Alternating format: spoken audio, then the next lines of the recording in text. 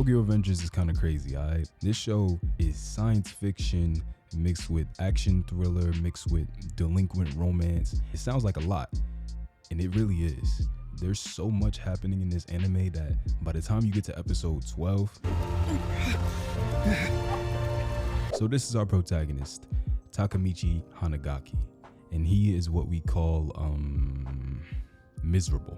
He just found out his ex-girlfriend Hinata, or Hinata, however you want to pronounce it. I'm not Japanese, so you feel me.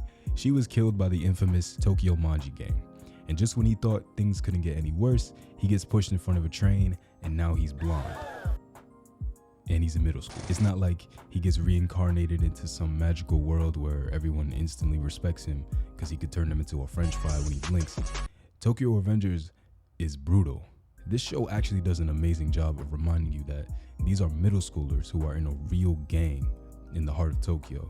And we'll get to all the gritty details later, but first, we gotta talk about the one power that Takemichi does have, which is time travel. Takemichi meets Hina's younger brother, Naoto, and tells him about his time travel powers. For some reason, this kid doesn't even think twice about it, so now, whenever they shake hands, Takemichi jumps 12 years into the past, or 12 years back to the future. I'm sorry. Basic time travel rules apply, so whatever you do in the past affects the present. But Tokyo Revengers does something a little bit different though. Time is always moving forward, even if Takemichi's conscience is in the past. So while he's playing house with Hina in the past, the present Takemichi is like eating hot Cheetos in his bed, wondering where it all went wrong. So he can't just stay in the past and live life again. He's got to go back to the present to see what's gonna happen next in the past. And he can't just stay in the present to try to talk the gang out of killing Hina, because technically he doesn't even know the gang yet. You know what, let's just talk about the characters. Mikey is the leader of Toman and basically the real main character of this anime. He's very down to earth, kind of childish, but whenever Mikey's in the scene, it's really all eyes on him. No questions asked. Like everything this man does, says, or even thinks can change the course of the entire story. He is what we call a loose cannon, powerful but delicate. One wrong move and the entire world is shaken to its core. His fits don't miss either. Like, I'm sorry, like this fit is crazy. 11 out of 10 on the drip meter. Most people's first tattoo is in a discreet spot, like the thigh or the shoulder. This kid was like, nah, let me get a dragon on the side of my head. In elementary school too. And not only that, but he lives in a brothel. And I don't think I need to explain the deep philosophical implications of a teenage boy in that situation. So of course, Draken is gonna be a little bit unhinged, but he's actually really smart and respectful despite his crazy lifestyle. He cares a lot about morals and his own code of honor, and he doesn't just do things to look cool or to impress people. His entire aura is like a statement in itself, and that's why he's so loved and respected by Mikey and everyone else in Toman. His fit is calm, you know, it's nothing too crazy. The dragon tat is enough. You know that, like, that's all you need. He don't need to be too flashy. So I'm gonna give him a 9 out of 10 on the drip meter. Female love interests in anime tend to have this like annoying factor.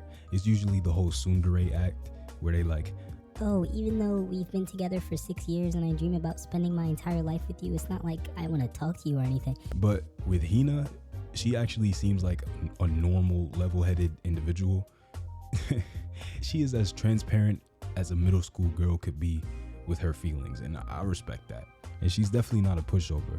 In one of her first scenes, she slapped Mikey, so you know she got that dog in her. That's all I'm saying.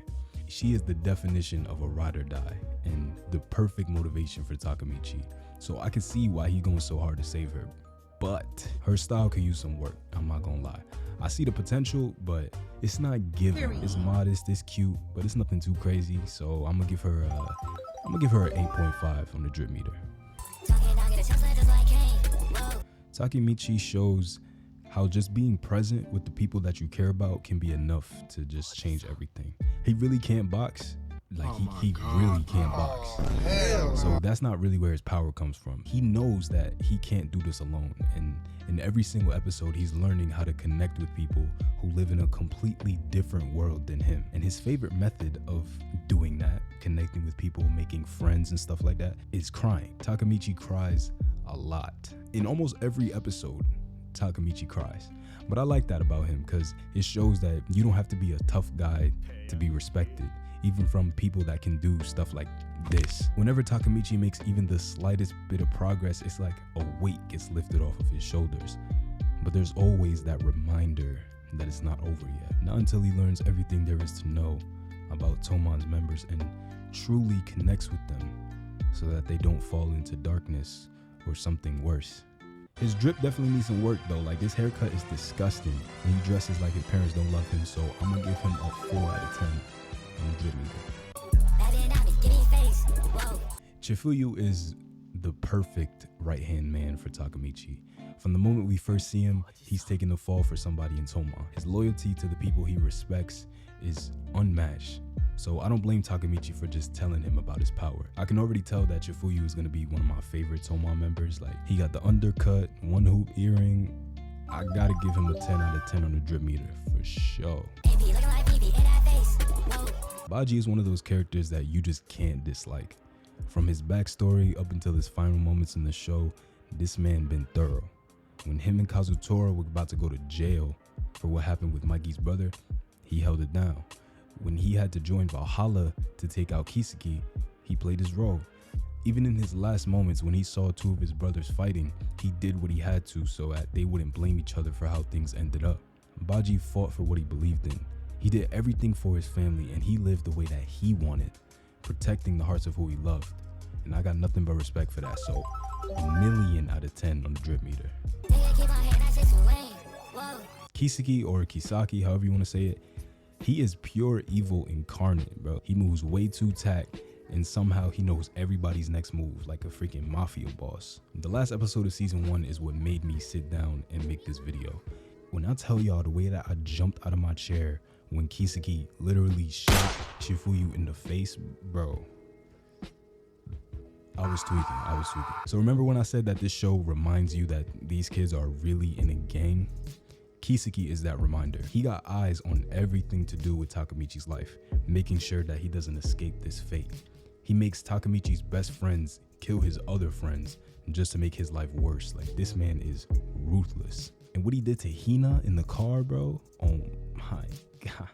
That's when I knew for sure that Kisaki was gonna be a problem. And then as soon as the bloody Halloween arc started, that's when it really got crazy because he set everything up from Baji dying to Toman teaming up with the enemy gang. He planted himself in the upper echelon of Toman by manipulating Mikey. Like, this man is inhuman with his plotting, bro. I can't wait to see what he does next. I gotta give him a 7 trillion out of 10 on the drip meter. Like, this man is just too much of a threat. As I'm recording this, season 2 is actually airing right now. And from what they've been showing so far, it's really not looking good for my boy Takemichi. Like, I don't know how he gonna take this dude out. This dude is in high school. He's like 16 or 17. Like, what do you eat, my boy? Like, this video is sponsored by me. So like the video. And if you don't like the video, I'm gonna come to your house. I'm gonna open up your fridge and I'm gonna eat all your salad dressing. What am I doing, bro? Thank you guys for watching the video.